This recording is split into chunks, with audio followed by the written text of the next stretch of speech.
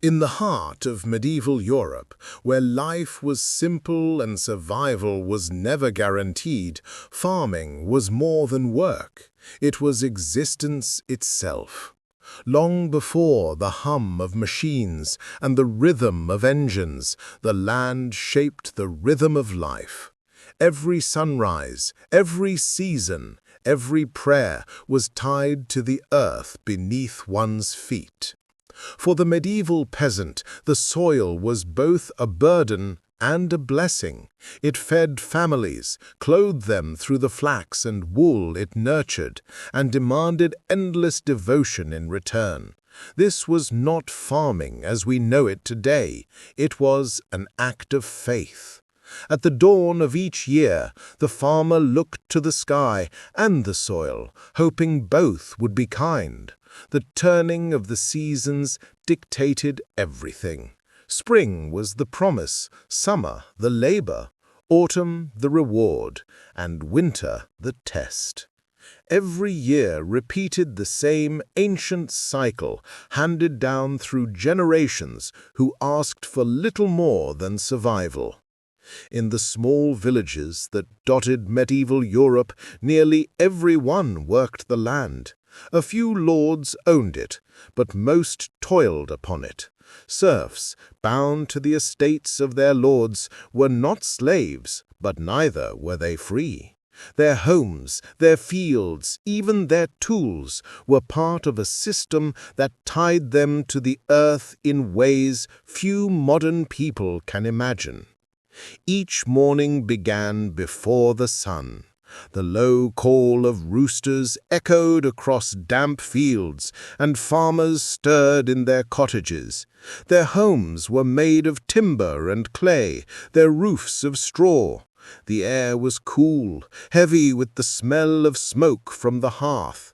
Before leaving, the farmer and his wife would share a simple meal: bread, maybe a bit of cheese, and a prayer for strength. The medieval farmer's world was one of rhythm and routine. The ploughman guided his oxen across the field, the iron blade cutting into the earth with a slow, steady sound. Each furrow was a small victory against hunger. Behind him, his wife and children scattered seeds by hand, trusting the wind and the soil to do their part. Tools were simple but vital. The wooden plough, iron-tipped and heavy, required 2 oxen to pull. Sickles harvested grain, scythes cut hay, flails threshed the wheat from the stalks.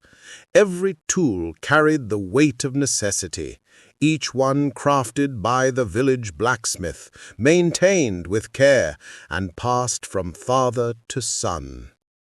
Crops were few but essential: wheat, barley, rye, and oats. Wheat made the bread of the wealthy. Barley and rye filled the bowls of peasants. Oats fed both people and animals, while legumes like peas and beans restored fertility to the soil. This understanding that the earth must be allowed to rest and renew became the foundation of crop rotation. In many regions, farmers used the 3-field system. One field held grain for human food, one for animal feed, and one lay fallow to recover. Every year the pattern shifted. This innovation, simple yet brilliant, allowed medieval communities to feed growing populations while keeping the land alive. But even with careful planning, life was fragile. A poor harvest meant hunger. A harsh winter meant loss. The smallest misfortune, too much rain, too little sun, a swarm of locusts could destroy an entire year's labor. When famine struck, it spared no one. Despite this, medieval farmers knew the land intimately. They read the sky with precision, knowing the signs of coming storms or drought. They understood the behavior of birds and insects, the rhythm of rivers and winds. Without written manuals or science, they learned through observation and memory. Their knowledge, passed through countless generations, was as deep as the furrows they carved. Livestock played a crucial role in medieval life. Cows provided milk, oxen pulled plows, sheep gave wool, and pigs turned scraps into meat. Animals were not only laborers, but also companions and currency. The number of animals a peasant owned often determined his place in the village hierarchy. Every part of the year had its tasks. In early spring, fields were plowed and sown. By midsummer, hay was cut and stacked for winter fodder. Autumn brought the harvest, a time of both joy and exhaustion. Then came threshing, milling, and storing grain in wooden bins or clay jars. Winter was quieter, but no less harsh. Tools had to be mended, fences repaired, and animals kept alive through the cold. Villages worked together.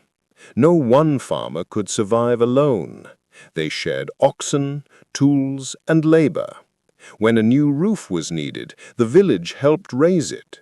When the harvest came, neighbors joined to gather it before the rains. This communal spirit was not optional, it was survival. The church played a constant role in this agricultural rhythm. Every major task was blessed by priests. Seeds were sown with prayers. Harvests were offered in gratitude. Tithes, a tenth of every crop, went to the church, ensuring both faith and obligation were woven into every furrow. The calendar itself was shaped by holy days, when work paused and villagers gathered to rest and worship. Yet not all work was holy. The toll of endless labor left bodies worn and spirits weary. Men and women bent under the sun, their hands rough, their backs curved from years of toil. There was little leisure and no escape from the rhythm of the soil. Still, amid hardship, there was pride, a quiet dignity in the knowledge that life itself depended on their labor. Beyond the villages, monasteries became centers of agricultural innovation. Monks studied the land with patience and purpose. They drained swamps, built mills, planted orchards, and improved farming methods that would spread across Europe. Their faith taught that work was prayer, and through this devotion they transformed wilderness into fertile ground. In the monastery's walled gardens grew herbs and vegetables unknown to common peasants. Monks recorded their knowledge in manuscripts that would one day guide the farmers of later centuries. Their orchards provided apples and pears. Their fish ponds ensured steady food in times of scarcity. They were, in a sense, the scientists of their age. Meanwhile, in the open countryside, life remained simple. Farmers marked time not by hours, but by seasons and bells from distant churches. Children worked beside their parents, learning not from books but from repetition. When they reached adulthood, they already carried the wisdom of generations in their hands. Trade slowly connected villages to towns. Excess grain, wool, or cheese might be sold at markets, bringing coins into a world where barter had long ruled. But for most, wealth was measured in full granaries and healthy children, not in silver or gold. The medieval farmer's relationship with nature was one of balance and reverence. He understood that the earth could not be mastered, only tended. Every decision, when to plant, when to reap, when to rest, came from instinct sharpened by centuries of trial and error. There were no fertilizers, no machines, only patience and prayer. And yet the yields they achieved were remarkable for their time. A single acre could feed a family if tended well. They wasted nothing. Ash became fertilizer, straw became bedding, and manure returned to the fields.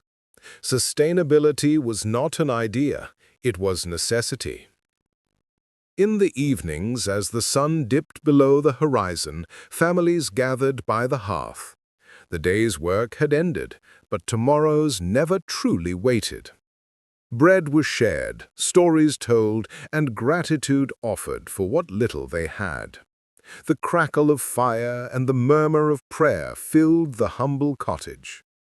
These moments, quiet and unrecorded, were the heart of medieval life. They remind us that history was not only written by kings and knights, but by those who turned the soil, those whose footprints were left in furrows now long vanished.